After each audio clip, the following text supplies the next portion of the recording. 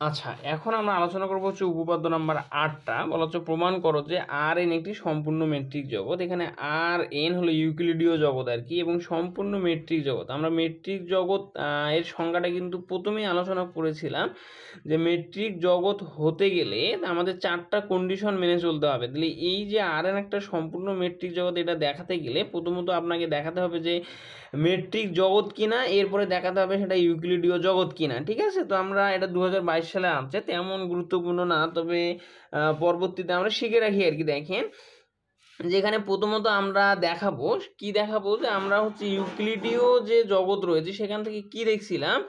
সেখানে কিন্তু আমরা দেখছিলাম যে এই রকমের আমি যদি আবার একটু সংজ্ঞাটা দেখাই দিই তাহলে আপনাদের জন্য আরও বুঝতে সুবিধা হবে। যেমন এই যে ইউক্লিডীয় জগৎটা হলো যে এখানে x1 x2 dot dot dot xn এরকম যদি n সংখ্যক বিন্দু থাকে তাহলে x এর নর্ম সমান কী হবে, রুট ওভার হবে। রুটটাকে আমি বলছিলাম হাফ আকারে লেখা যাবে, আর এখানে প্রত্যেকটা বিন্দুর কী হবে দেখেন মডুলাস হবে, তার উপরে স্কোয়ার হবে। এই হলো বিষয়। তো আমরা এখানে একটা বিন্দু ধরে নিলাম, সেটা হলো কি যে এক্স কে মাইনাস হলো ওয়াই কে এর মডুলাস, এবং এখানে সামেশন দিয়ে কে সমান 1 থেকে n, অর্থাৎ এখানে n সংখ্যক কি রয়েছে বিন্দু রয়েছে। তো আপনাকে এটা প্রমাণ করতে গেলে এই জিনিসটা কিন্তু একটু মাথায় রাখতে হবে, তাহলে আপনাদের জন্য সহজ হবে যে d of x comma Y সমান সামেশন n সমান 1 থেকে n, এখানে এক্স কে মাইনাস ওয়াই কে এর মডুলাস তার উপর স্কোয়ার এবং এর সম্পূর্ণের উপর পাওয়ার হলো 1/2 মেট্রিক সহ Rn একটা মেট্রিক জগৎ। এখন আমরা 1 নম্বরে দেখাবো। 1 নম্বর কন্ডিশনটা ছিল, এটা ছিল মূলত 1 নম্বর কন্ডিশন যে আপনার distance of x comma y এটা 0 থেকে বড় বা সমান হবে। তাহলে এটা আমার এইটা থেকে এই জিনিসটা প্রমাণ করতে হবে। তাহলে আমরা জানি কি, এটা আমরা জানি যে এক্স কে মাইনাস হলো ওয়াই কে এর মডুলাসটা এটা 0 থেকে বড় বা সমান হবে। কেন সমান হবে দেখেন, এক্স কে মাইনাস হলো ওয়াই কে মান যাই হোক এর মডুলাসটা থাকার কারণে অবশ্যই এটা একটা ধনাত্মক মান হবে। ধনাত্মক মান মানে কি, যে 0 থেকে বড় বা সমান। ঠিক আছে, তাহলে এটা আমরা জানি যে এক্স কে মাইনাস ওয়াই কে এর মডুলাস গ্রেটার দেন ইকুয়াল 0, যেখানে কে সমান হলো 1 2 3 ডট ডট ডট n। তাহলে এখন উভয় পাশে বর্গ করে দিলে এস কে মাইনাস ওয়াই কে এর উপরে স্কোয়ার, আর এখানে গ্রেটার দেন ইকুয়াল 0 এর উপরে স্কোয়ার মানে 0ই। এখন আমি উভয় পাশে সামেশন যদি নেই, সামেশন কে সমান 1 থেকে n S K minus Y কে এর মডুলাসের উপরে স্কোয়ার গ্রেটার দেন ইকুয়াল 0 এর সাথে তো সামেশন নিলেও সেটা 0 হয়ে যাবে। এরপরে আমি কি করলাম, উভয় পাশে পাওয়ার হাফ নিলাম, তাহলে সামেশন কে সমান 1 থেকে n S K minus Y কে এর মডুলাসের উপর স্কোয়ার পাওয়ার হলো হাফ, আর এখানে গ্রেটার দেন ইকুয়াল 0 এর সাথে আপনি পাওয়ার হাফ নিলেও সেটা 0ই হবে। এখন এই যে d of x comma Y সমান কি লেখা যায়, এই মানটা লেখা যায়। তাহলে এই মানটা যেহেতু এখানে আছে এটাকে আমি লিখতে পারি distance of x comma y এটা গ্রেটার দেন ইকুয়াল 0। ঠিক আছে, এই আমার প্রথম অংশটা কিন্তু মানে দেখানো হয়ে গেল। এখন 2 নম্বরে যদি যাই, আমাদের দেখাতে হবে 2 নম্বর কন্ডিশনটা কি, distance of x comma Y সমান 0, এবং এটা কখন হবে, যদি এবং কেবল যদি এক্স সমান ওয়াই হয়। ঠিক আছে, আচ্ছা তাহলে আমরা প্রথমত এখানে ধরে নিলাম যে distance of x comma Y সমান 0। তাহলে আমার এই যে distance of x comma Y সমান এই যে এই মানটা এখানে বসানো হয়েছে সমান 0। এখন দেখেন হাফ যদি এদিকে হাফ আছে, এই হাফটা যদি মানে যে কোনো পাশে আপনি হাফ টাফ নেন তাহলে কি হবে, এটা 0-র সাথে গিয়ে এটা কিন্তু আপনার হচ্ছে 0 হয়ে যাবে। ঠিক আছে, অর্থাৎ আপনি যদি উভয় পাশে স্কোয়ার করে দেন, স্কোয়ার করলে কিন্তু এই যে উপরে 2/2 মানে 1 হয়ে যাবে, 0-র উপরে স্কোয়ার মানে 0 হয়ে যাবে। তাহলে আপনার হাফটা থাকলো না পাওয়ারটা, তাহলে সামেশন কে সমান 1 থেকে n S K minus Y কে এর মডুলাসের উপর স্কোয়ার সমান 0 হয়ে যাবে। সামেশনটা আপনি সমানের ডান পাশে 0-র সাথে যদি দিয়ে দেন তাহলে আবার কি হয়ে যাবে, এস কে মাইনাস ওয়াই কে এর মডুলাসের উপর স্কোয়ার হয়ে যাবে সমানের এদিক 0। আবার আপনি যদি এখানে মডুলাস আর স্কোয়ার উড়াই দেন তাহলে এখানে 0 থাকার কারণে কিন্তু এটা এস কে মাইনাস ওয়াই কে হবে। ঠিক আছে, কারণ এখানে স্কোয়ারটা যদি সমানের ডান দিকে যায় তাহলে রুট হয়ে গেল, রুট ওভার 0, তার মানে 0। এইভাবে আপনি যাই করেন 0ই পাবেন। তাহলে এখানে এস কে আর মাইনাস ওয়াই কে ডান দিকে গিয়ে প্লাস ওয়াই কে হয়ে যাবে।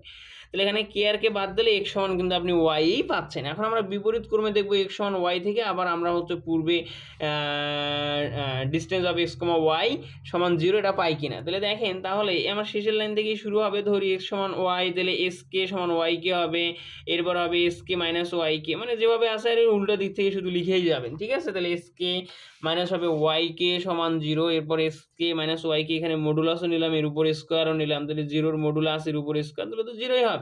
এবার উভয় পাশে সামেশন নেন, সামেশন কে সমান 1 থেকে n S K minus Y কে এর মডুলাসের উপর স্কোয়ার সমান কিন্তু আপনি 0ই পাবে।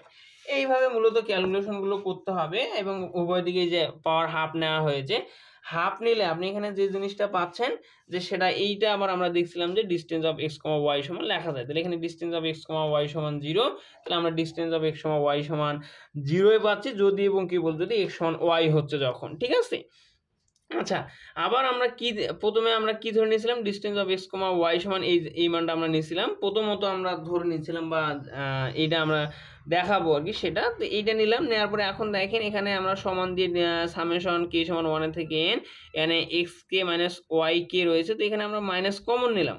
তাহলে এখানে একটা জিনিস খেয়াল করেন, এক্স কে মাইনাস ওয়াই কে এর মডুলাস, তাহলে এখন আমি যদি এখান থেকে মাইনাস কমন নেই সেই ক্ষেত্রে ওয়াই কে মাইনাস হবে এক্স কে, কিন্তু এই মডুলাসটা থাকার কারণে মাইনাসটা কিন্তু প্লাস হয়ে গিয়ে আবার এটা হবে ওয়াই কে মাইনাস এক্স কে। ঠিক আছে, এটাই এখানে হয়েছে, মাইনাস কমন নিছি, কিন্তু মাইনাস কমন নিছি ঠিক আছে, কিন্তু মাইনাসটা কিন্তু আর এখানে আপনার বাইর হয় না, এটা কিন্তু প্লাস হয়ে গেছে মডুলাসের কারণে, অথবা আপনি বলতে পারেন স্কোয়ারের কারণে। তাহলে এখানে আপনার ওয়াই কেটা সামনে আসলো আর এস কেটা পরে গেল, কিন্তু ওয়াই কে মাইনাস এস কে হয়ে গেল, এর মডুলাসের উপর স্কোয়ার, পাওয়ার হলো 1/2। এখন এটা ডিস্টেন্স অফ কি লেখা যাবে, যেহেতু আমার যখন এক্স কেটা প্রথমে ছিল তখন এখানে এক্স প্রথমে হয়েছে, ওয়াই কে যখন পরে ছিল তখন ওয়াই প্রথমে হয়েছে, মানে পরে হয়েছে।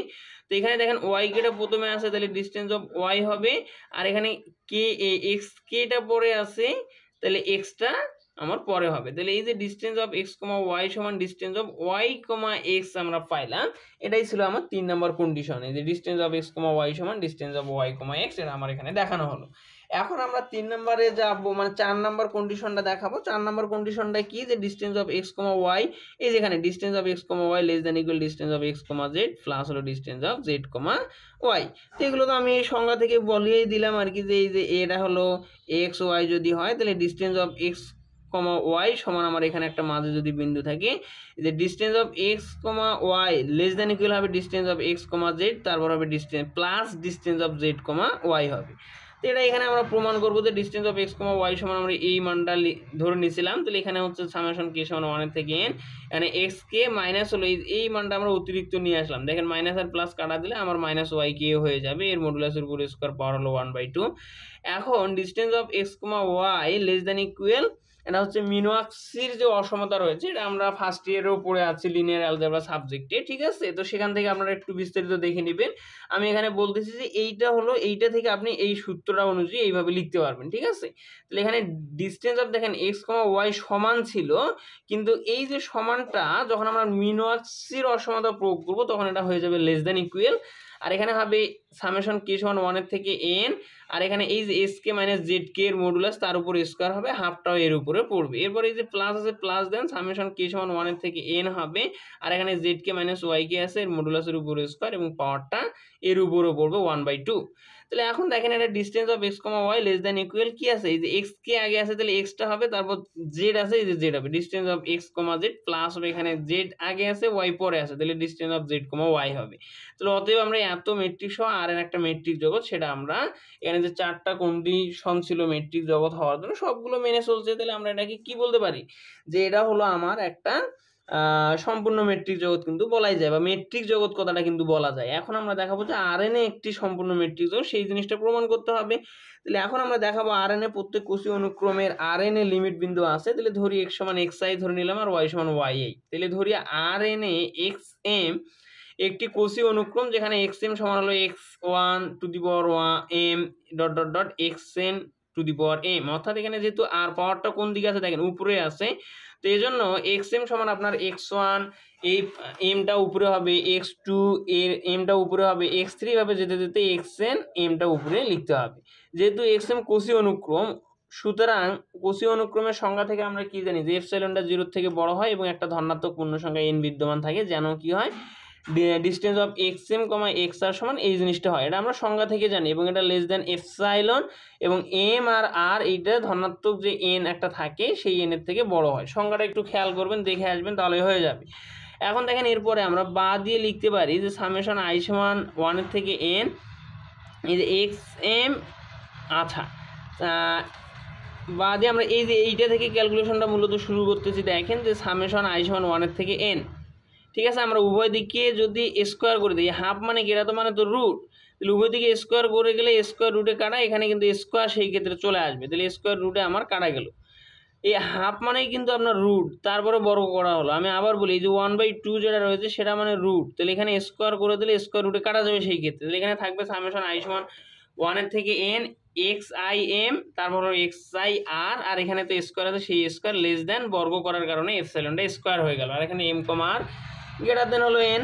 এরপরে সামেশন আই সমান 1 থেকে N X I M minus হলো এক্স আই আর। আর এটা কি দেখেন, এই যে স্কোয়ারটা থাকার কারণে আমরা মডুলাস দিয়ে দিতে পারি। মডুলাস কেন দিতে পারি, কারণ হলো দেখেন এখানে আমি যদি 2 লিখি, এই যে -2 লিখলাম এবং এর মডুলাস দিলাম, আর এখানে -2 এর উপরে স্কোয়ার দিলাম।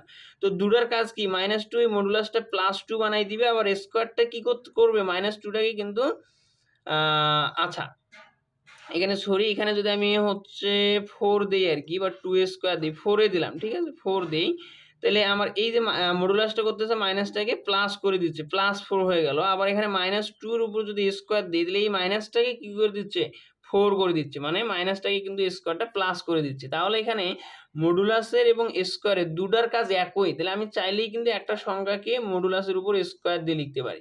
যেমন এখানে স্কোয়ার আছে, আমি চাইলে এটাকে এখানে মডুলাস কথাটা দিয়ে দিতে পারি, কোনো অসুবিধা হবে না, ঠিক আছে, এই হলো বিষয়।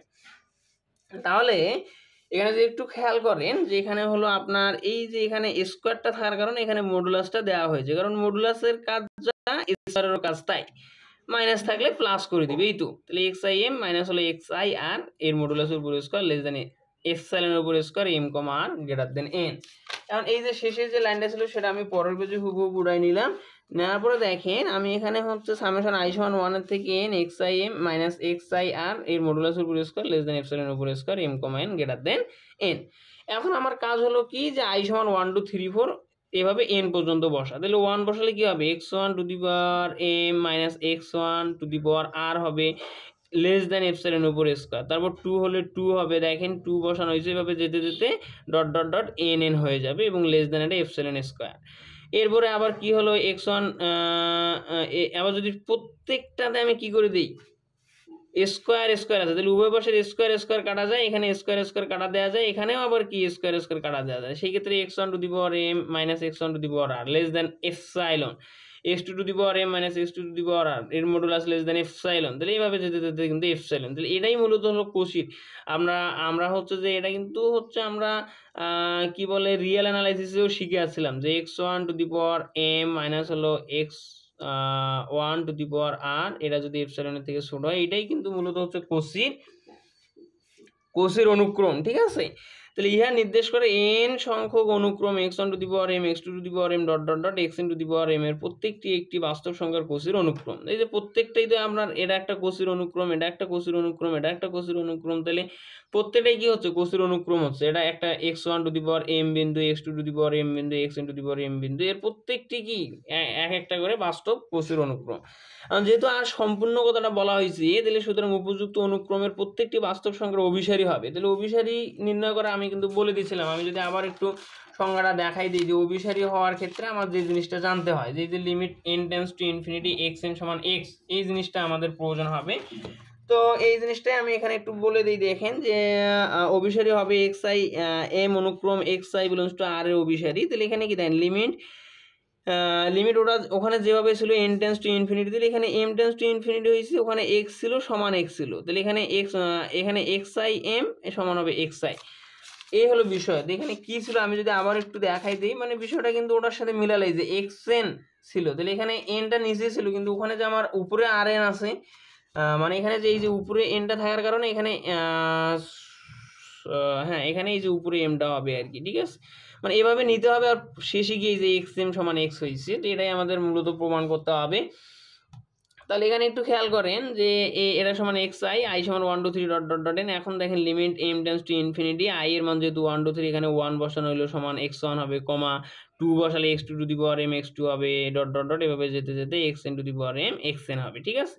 তাহলে সুতরাং আমি সবগুলো থেকে দেখেন বাম পার্শ্বগুলো থেকে সবগুলো থেকে কি করতে পারি, লিমিট m টেন্ডস টু ইনফিনিটির কমন নিতে পারি, নিলে এখানে x1 to the power m, কমা এখানে থাকে x2 to the power m, comma dot dot dot এখানে xn to the power m থাকে, আর সমানের এদিক কি থাকে x1 x2 dot dot dot xn থাকে, ঠিক আছে। তাহলে এখানে limit m tends to infinity, এখানে xm মানে হলো x1 to the power m x2 to the power m dot dot dot xn to the power m, আর সমান এদিক x সমান কত x1 কমা x2 dot dot dot dot xn। তাহলে x বসাই দিলাম, তাহলে এটা যে অভিসারী সেটার কন্ডিশনটাও কিন্তু মেনে চললো। তাহলে অতএব xm অনুক্রমটি x belongs to rn এ অভিসারী, অর্থাৎ আমরা বলতে পারি ইউক্লিডিয়ান জগৎ rn সম্পূর্ণ। তো এটাই হলো মূলত প্রমাণটা আর কি। আজকের ক্লাসটা এই পর্যন্তই, ইনশাল্লাহ এরপরে দেখেন 1 লেকচার শেষ হলো, 2 লেকচার এরপরে শুরু হবে। তো শুরুর দিক থেকে শেষ পর্যন্ত আশা করি সুন্দরভাবে বুঝছেন। না বুঝলে অবশ্যই ভিডিওতে কমেন্ট করবেন কিংবা মেসেঞ্জার গ্রুপে বলবেন। সকলকে ধন্যবাদ।